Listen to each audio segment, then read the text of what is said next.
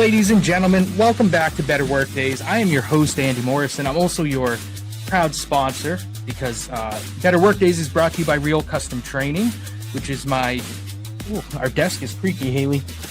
Which is my humble training firm here in Northeastern Connecticut. I am joined this week by returning guest, more of a co-host this episode, my eldest daughter, Haley.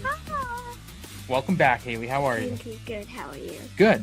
So Haley and I have been testing out the concepts and ideas that I wanted to explore in this episode.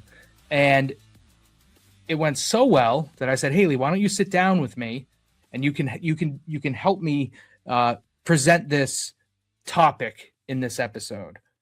So what's the big idea, Haley? What's the problem we want to help people address? All or nothing thinking. All or nothing thinking. Hold on, let me get more of you in the camera angle here. Okay. Thank you. So we're talking about all or nothing thinking because it's the end of the year. It's New Year's resolution time.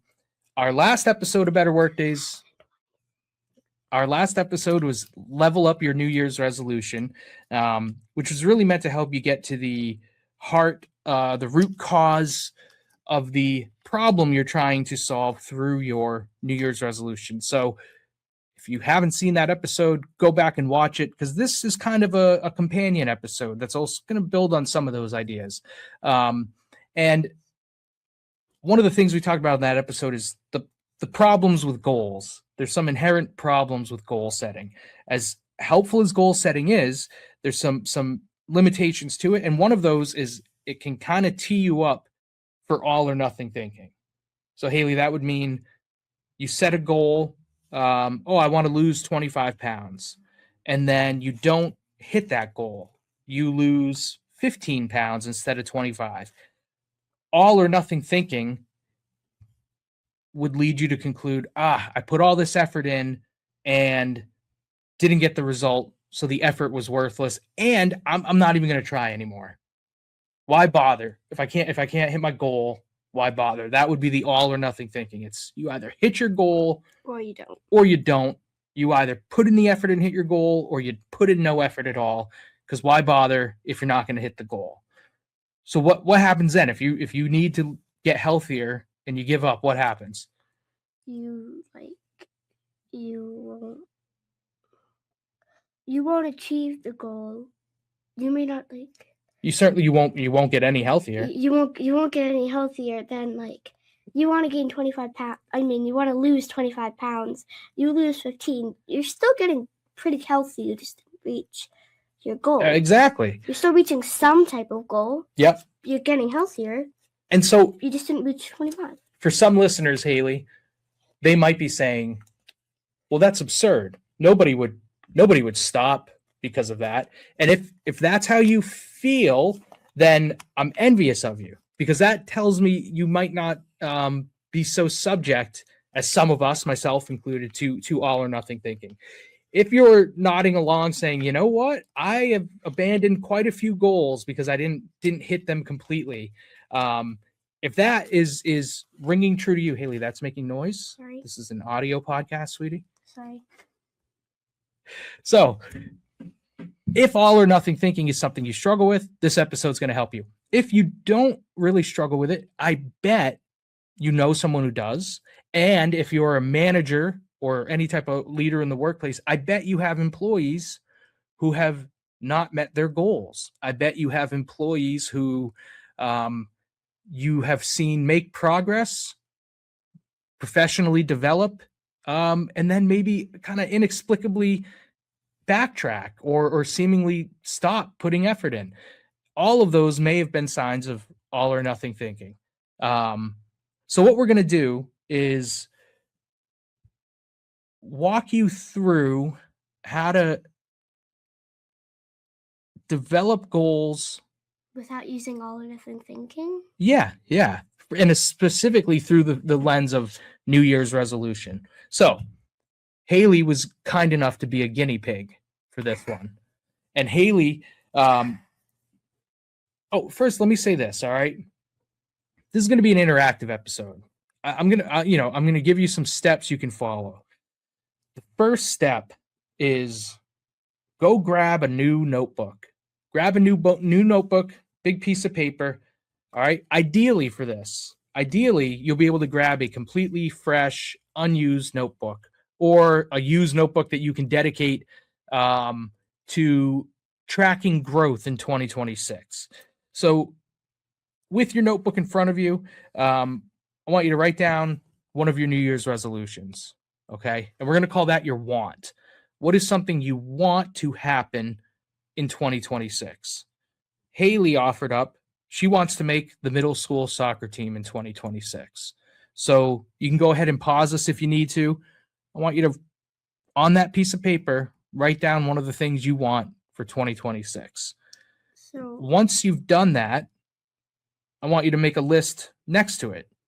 So you've got your want, what you want to happen. In Haley's case, I want to make the middle school soccer team. Then you have your needs. So what do you need to do? Yep. Make that so. And then next to that, start a list of the things that need to happen. So for me, Haley, tell them. So Haley's goal, her want, I want to make the middle school soccer team.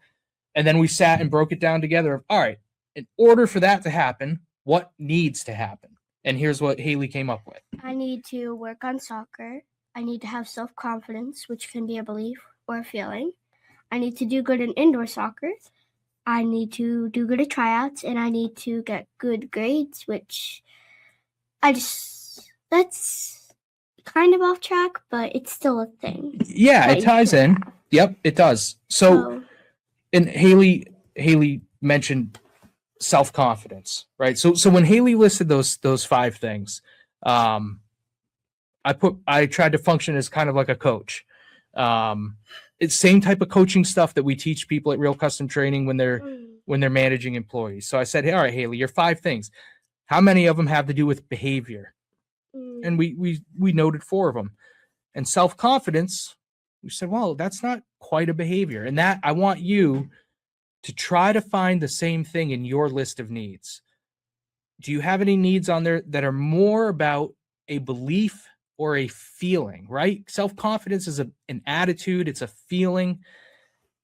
I want you to find those in your list of needs, the things that are belief and feeling oriented as opposed to action oriented. And if you don't have any, then I want you to continue brainstorming on the need side of things, okay? Until you get one that is more of a belief or a feeling. Because in a lot of ways, Haley, that can be a root cause thing, a root cause of problems, or, a root cause of, you could root cause of all or you could do these other things. I don't know. Maybe self-confidence is one that if you have more self-confidence, maybe you'll get even better when you work on soccer. Maybe you'll do even better at tryouts. I'm not sure if you can get better at these other things without boosting your self-confidence. So we then looked at, for each need, we identified how Haley's going to work on them. And that's what I want you to do. Start a new column, label it how. And for all of your needs that you listed, just start brainstorming ideas of how you're going to meet that need in 2026. And, for Haley, go to the YMCA and practice. Practice outside once it gets nice out. Haley said for feeling self-confident, keep a growth mindset. And keep a growth guide. A growth guide. So, and that's dedication to the new notebook that he said to get to track your growth in 2026. Very good, Haley. And I get a new one in 2027. I didn't tell you that was coming up. Yeah, you said I'd find out what it was later. Oh, okay. Oh, yeah, that's right. So the notebook I asked you to grab, that's going to be your growth guide. And essentially what I'd like you to do is keep working on this model of wants and needs, and especially some of those feeling ones, okay? Because the great thing about feeling more self-confident, that doesn't necessarily have to connect directly to making the soccer team, Haley, right? We looked at it in connection to the soccer team, but let's start a new page. And at the top, we're going to put feel more Self-confident. I'm just going to put confident, okay? So we started our new page. Ta-da! And now let's talk about how. Let's brainstorm what are things we can do to feel more self-confident. And let's set a timer. For 10 minutes. Yeah, that'll be, everyone will love sitting and listening to us. 10 minutes. 10 minutes on that. No, let's we'll set a timer for like a minute or so. A minute? And we'll do this out loud, rapid fire. Okay. Feel more confident. I'm going to put do more of what you're not confident in. I have something. So what are you not confident? Okay. Yep. I am not very confident in like in geography, what we're doing right now. I'm not very confident in like being able to kind of read maps. Okay. So read more maps. Read more maps. For soccer, for both of us, as your dad and your coach, I want us both to be more confident in our ability to consistently practice. So I'm going to write consistently practice. What else do you want to feel more confident about? Public speaking, going on the podcast?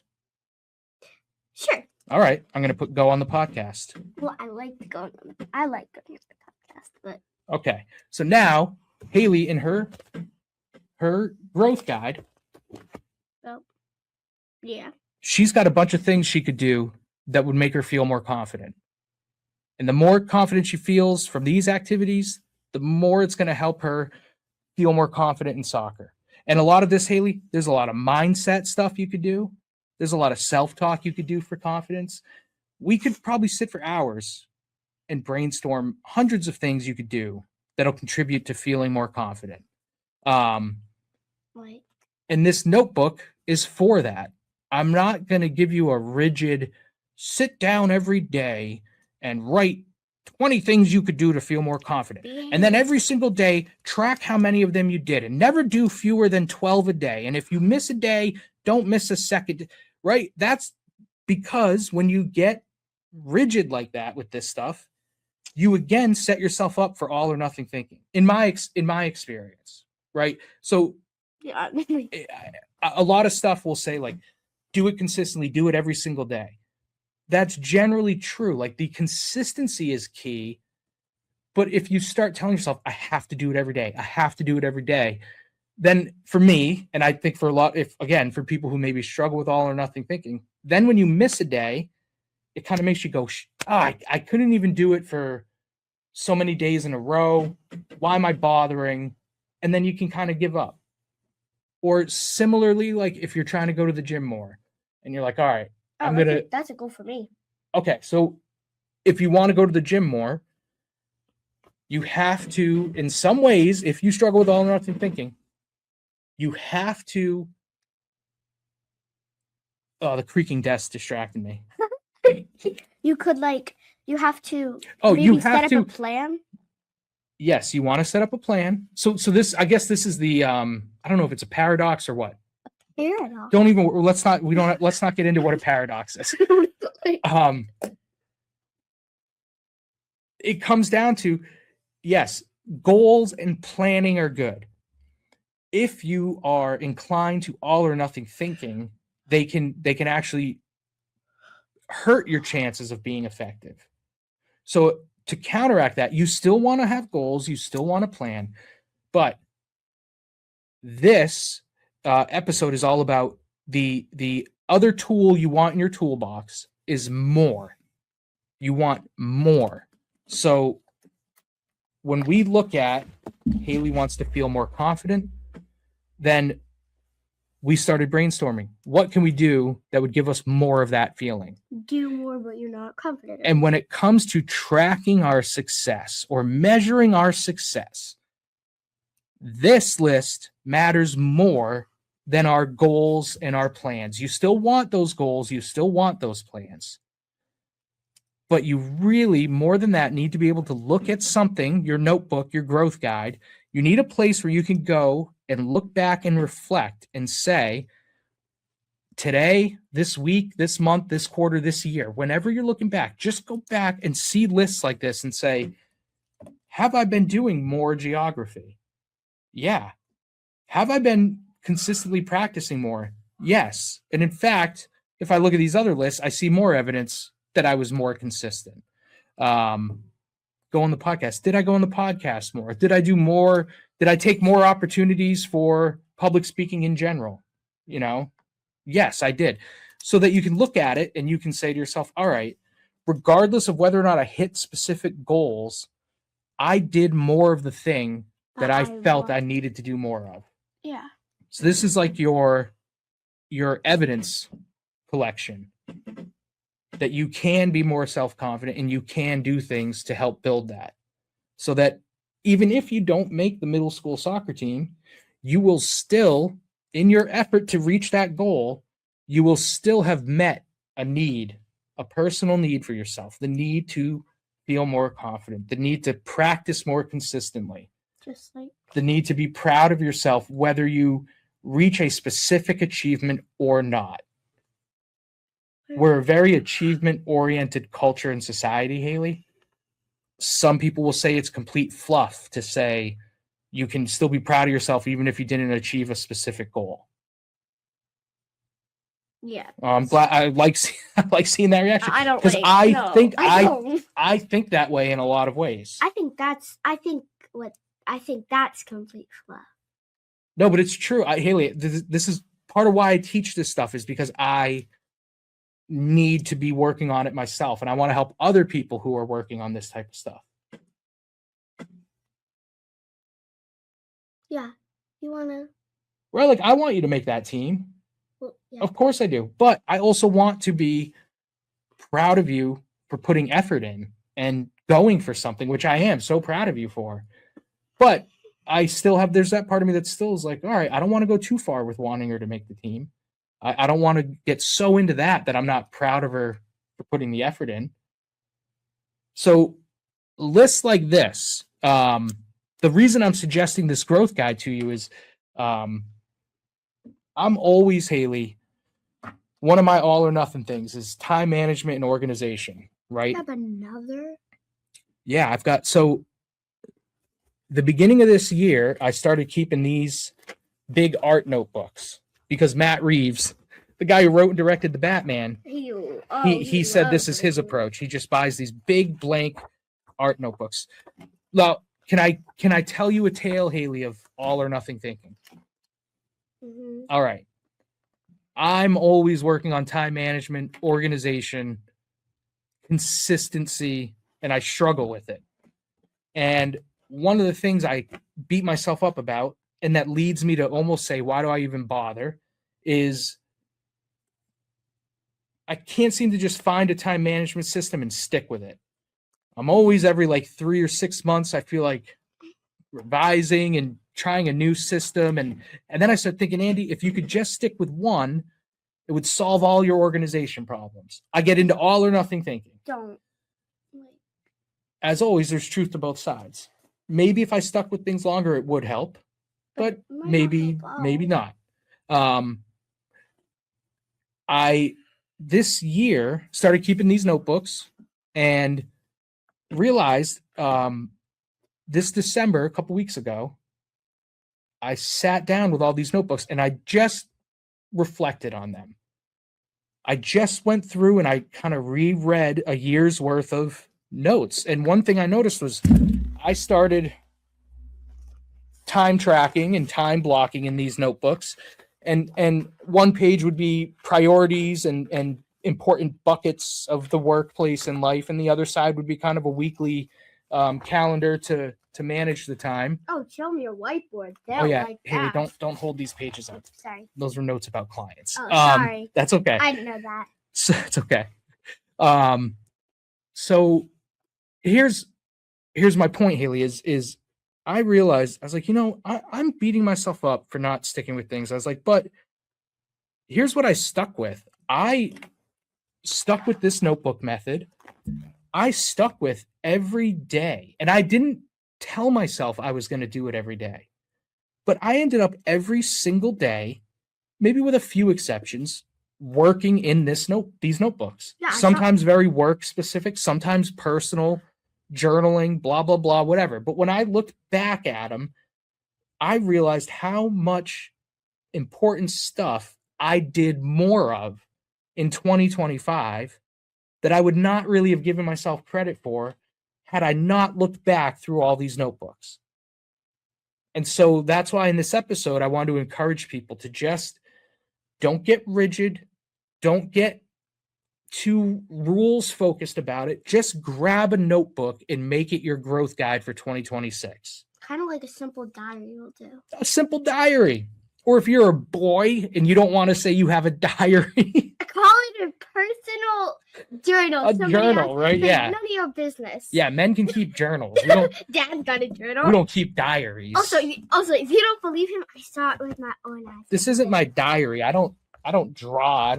You literally have a drawing right there. I don't plot out my garden every year Yes, you do. in my diary like I see you do. like a girl would. No way. I'm insulted. Like I don't even keep a diary. Now the last bit I'd like to offer about this is that, like we said, you need the goals, you need the plans, but you also just need the more. Did I do more? I did. Good. I did more. I'm doing my best here. But looking back through these notebooks helped me set really tangible, specific goals for 2026. So when I said go through and see what you want more of, let me show you this, everybody. And then we got to get out of here. Oh, man. So for me, when I looked back, it helped me come up with these.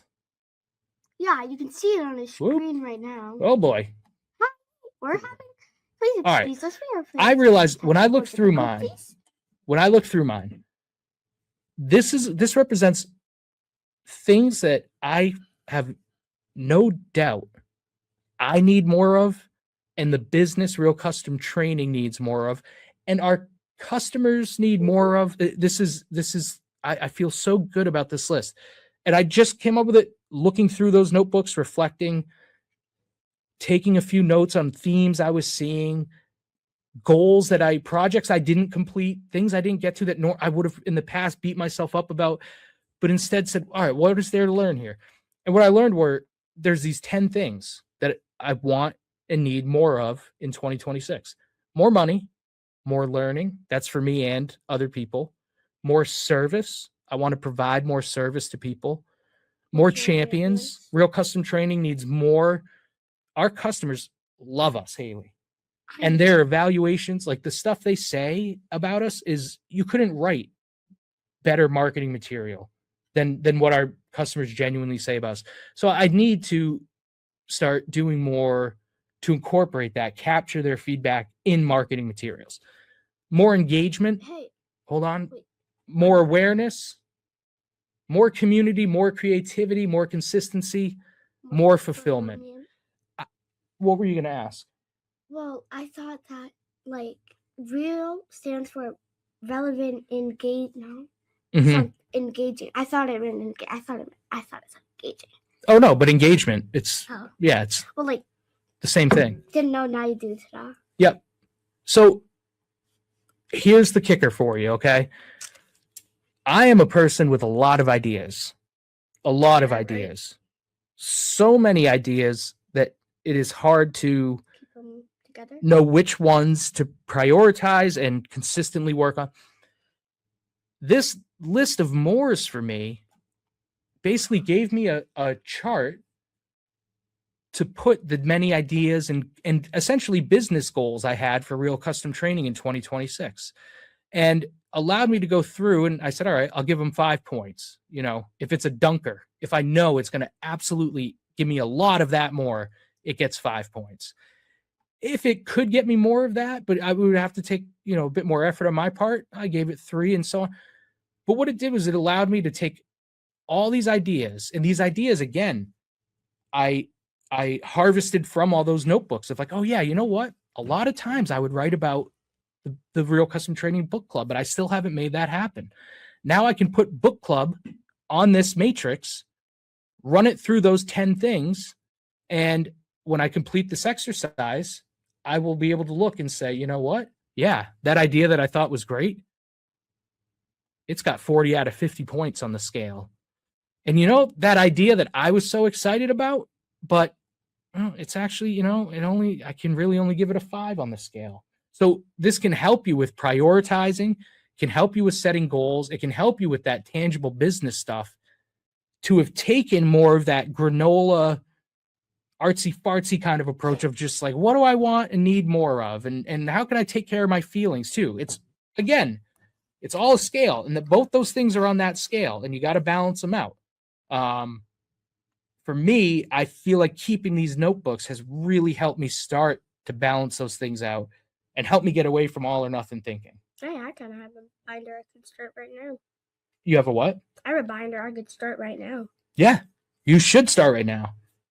That's another problem with New Year's resolutions. It's all or nothing thinking of like, you have to start January 1st, and you have this year to do it, right? Why not?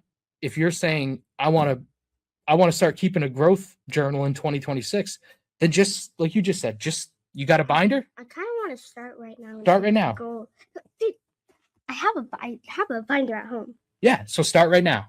Just start and just write in it, track in it, reflect in it, and you will grow. Like I don't like to say things are guaranteed, but you will. Like you will absolutely grow if you just once in a while consistently noodle around, work in this notebook.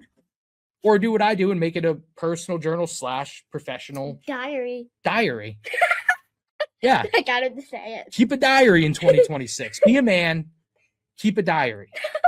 That's the real lesson here today. Folks. All right. Thank you, everybody. Thank you.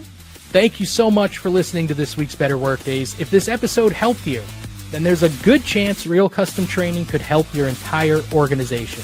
Visit us online at realcustomtraining.com, and you can learn all about how our leadership development programs are helping people work better